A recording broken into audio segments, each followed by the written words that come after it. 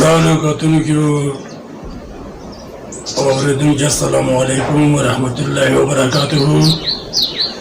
زنن در سره د صحت په حواله سره یو ویډیو شریکول غواړم. امید لرم چې ټولو د خوښې وړ وګرځي. محترم کتونکو د روغ صحت لپاره د څو خبرو یو څه ډېر ضروري دي. لکه د ټول ناوال د خوراک متعلق،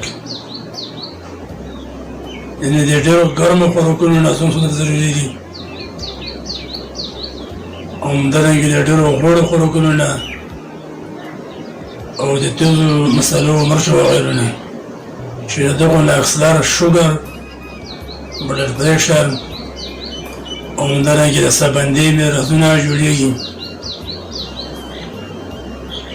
که موږ په خپل خوراک کې یعنې توازن وساتو او د احتیاط نه کار واخلو، نو موږ د ډېرو مرضونو نه بچ کېدای شو. اکثر نن سبا وخت کې څومره خلک چې دي هر کس دا شکایت کوي چې زموږ د معدې مرض دی، یا شوګر دی، یا بلډ پریشر دی.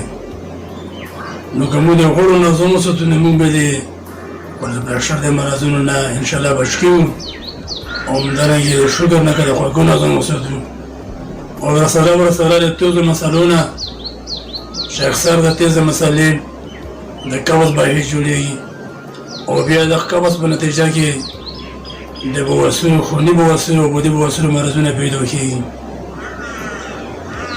نو موږ ته ملګري ډېر کمنټونه کوي چې د صحت په حواله سره موږ ته څه معلومات راکړو. نو کوم ملګري چې داسې وي چې هغو له څه مساله وي، نو موږ ته په کمنټ کې خپله مساله بیانولی شو. انشاءالله بیا موږ د هغې مطابق در سره خبره کوو.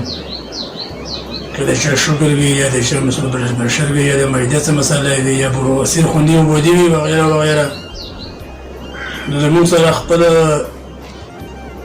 چې کومه تاسو ته کوم تکلیف وي، هغه د کمنټ په ذریعه سره شریک کړو. انشاءالله موږ به د هغې مطابق وخت په وخت سره رابطه کوو او د خپل صحت خیال وساتو.